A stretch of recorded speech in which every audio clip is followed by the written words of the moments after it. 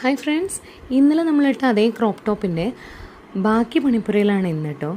അപ്പോൾ നമ്മൾ ഈ സ്റ്റോണൊക്കെ ഒട്ടിക്കാനൊക്കെ നിങ്ങൾ ഏത് ഗ്ലൂ ആണ് യൂസ് ചെയ്യണമെന്ന് കുറച്ച് പേര് ചോദിക്കാറുണ്ട്. അപ്പം ഞാൻ യൂസ് ചെയ്യുന്നത് രണ്ടും യൂസ് ചെയ്യും. ഫെവിക്രിലിൻ്റെ ഫാബ്രിക് ഗ്ലൂവും യൂസ് ചെയ്യാറുണ്ട്, അതേപോലെ ഈ ഒരു B7000 എന്ന് പറയുന്ന ഗ്ലൂവും യൂസ് ചെയ്യാറുണ്ട്.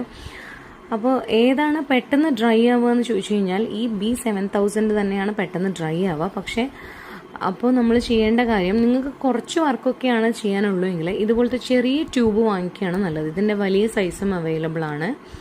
അതുമാത്രമല്ല, അത് എപ്പോഴും നമ്മൾ ക്ലോസ് ചെയ്ത് വെക്കാൻ ശ്രദ്ധിക്കണം.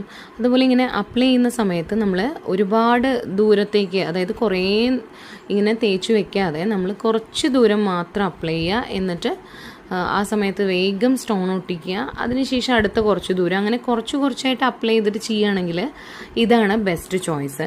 ആ സമയത്തൊക്കെ നമ്മുടെ ഗ്ലൂ നമ്മൾ അടച്ചു വെക്കാൻ ശ്രദ്ധിക്കണം, അല്ലെങ്കിൽ അത് നമ്മൾ പെട്ടെന്ന് ഡ്രൈ ആയി പോകും. പിന്നെ നമുക്ക് ഫെവിക്രിലും യൂസ് ചെയ്യാം, പക്ഷേ ഇതിനേക്കാട്ടിലും കുറച്ചുകൂടി ടൈം എടുത്തിട്ടാണ് അത് ഡ്രൈ ആവുന്നത്.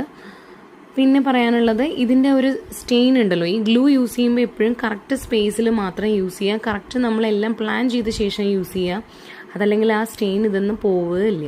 അപ്പോൾ അത്രയേ ഉള്ളൂ. വീണ്ടും കാണാം. താങ്ക്